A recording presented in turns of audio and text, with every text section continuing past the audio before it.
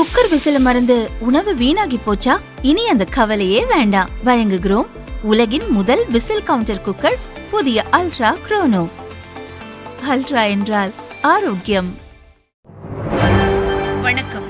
செய்தி சுருக்கம். அனைத்துக் கட்சி கூட்டம் திமுக வெளிநடப்பு.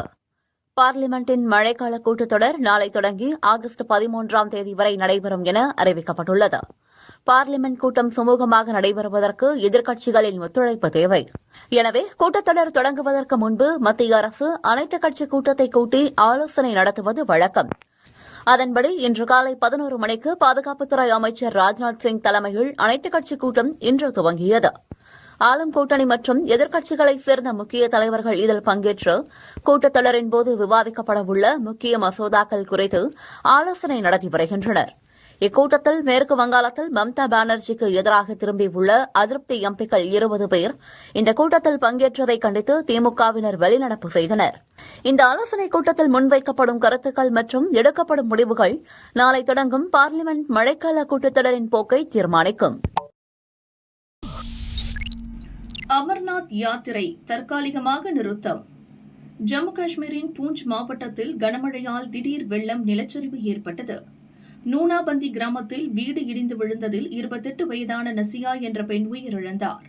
அவரது கணவர் முகமது அபீஸ் மற்றும் அவரது 3 பிள்ளைகள் காயமடைந்தனர். அவர்கள் மீட்கப்பட்டு சிகிச்சைக்காக மருத்துவமனையில் அனுமதிக்கப்பட்டனர். மர்ஹோட்டேவில் உள்ள ஒரு ஓடையில் சிறுமி ஒருவர் சடலமாக மீட்கப்பட்டுள்ளார். வெள்ளப்பெருக்கில் சிக்கி 2 உயிரிழந்துள்ளனர். இதுவரை மொத்தம் 4 பேர் உயிரிழந்தனர். மேலும் பலர் காணாமல் போயினர். ரஜோரியிலும் கடுமையான வெள்ளப்பெருக்கு ஏற்பட்டது. வரும் ஜூலை 23ஆம் தேதி வரை கனமழை கொட்டி தீர்க்கும் என இந்திய வானிலை மையம் கணித்துள்ளது. மழை தொடரும் என்பதால் அங்கு மீட்புப் படையினர் பாதுகாப்பு பணியில் ஈடுபட்டு இருக்கின்றனர். நூற்றுக்கணக்கான மக்கள் பாதுகாப்பான இடங்களுக்கு அழைத்து செல்லப்பட்டனர். அடுத்த சில நாட்களுக்கு ஜம்மு காஷ்மீர் முழுவதும் பரவலான மழை பெய்யும் என வானிலை ஆய்வு மையம் கணித்துள்ளதை அடுத்து அமர்நாத் யாத்திரை தற்காலிகமாக நிறுத்தப்பட்டுள்ளது என அதிகாரிகள் தெரிவித்தனர். 10 தேசிய விருதுகள். தமிழ் திரையுலகிற்கு முதல்வர் விஜய் வாழ்த்து.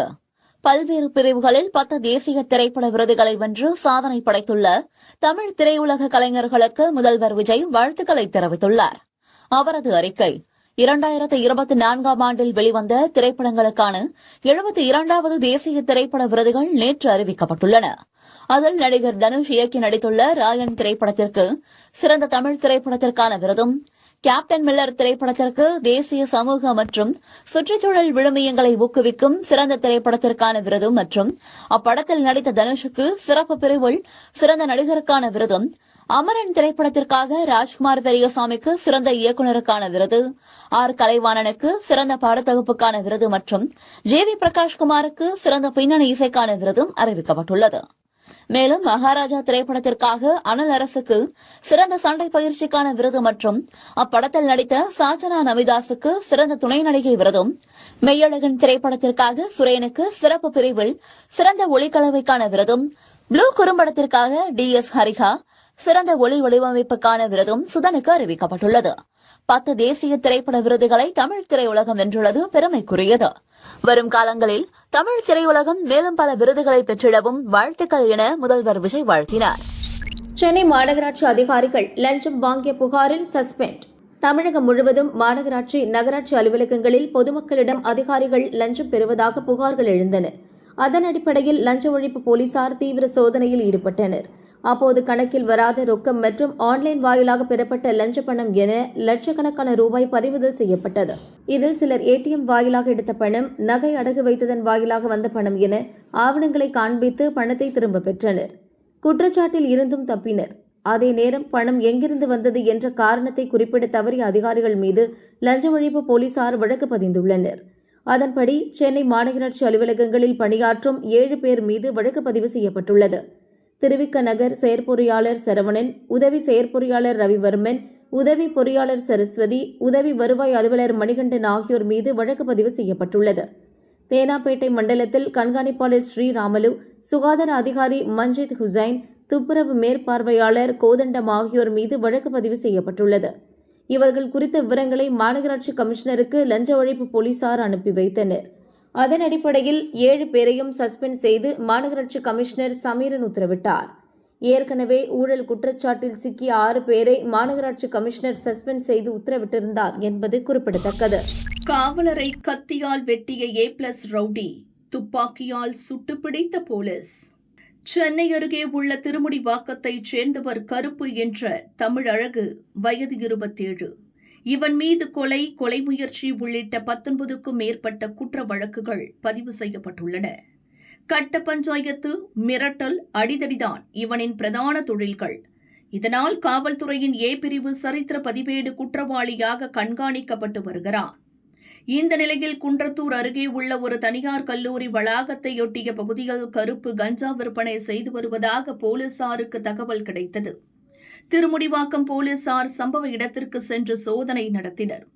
அங்கே கருப்பு மற்றும் அவனது கூட்டாளியான ஓட்டேரியைச் சேர்ந்த ஆகாஷ் நாட்டு வெடிகுண்டுகளை தயாரித்துக் கொண்டிருந்தனர். தங்களை பிடிக்க போலீஸ் வந்துள்ளது என்பதை தெரிந்ததும் இருவரும் போலீசார் மீது நாட்டு வெடிகுண்டுகளை வீச முயன்றுள்ளனர். அந்த நேரத்தில் கருப்பு கத்தியால் தாக்கியதில் தலைமை காவலர் விஜயகுமார் வலது கையில் காயமடைந்தார். நிலைமையை கட்டுப்படுத்தும் வகையில் திருமுடிவாக்கம் இன்ஸ்பெக்டர் முத்துக்குமார் தற்காப்பு நடவடிக்கையாக கருப்பின் வலது கணுக்கால் பகுதியில் துப்பாக்கியால் சுட்டு பிடித்தார்.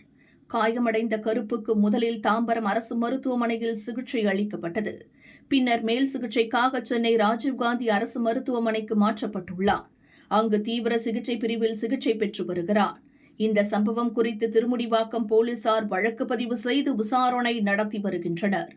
நாட்டு வெடிகுண்டு தயாரிக்கப்பட்டதற்கான காரணம் மற்றும் அதன் பின்னணியில் வேறு யாரேனும் உள்ளனரா என்பது குறித்தும் தீவிரமாக விசாரித்து வருகின்றனர்.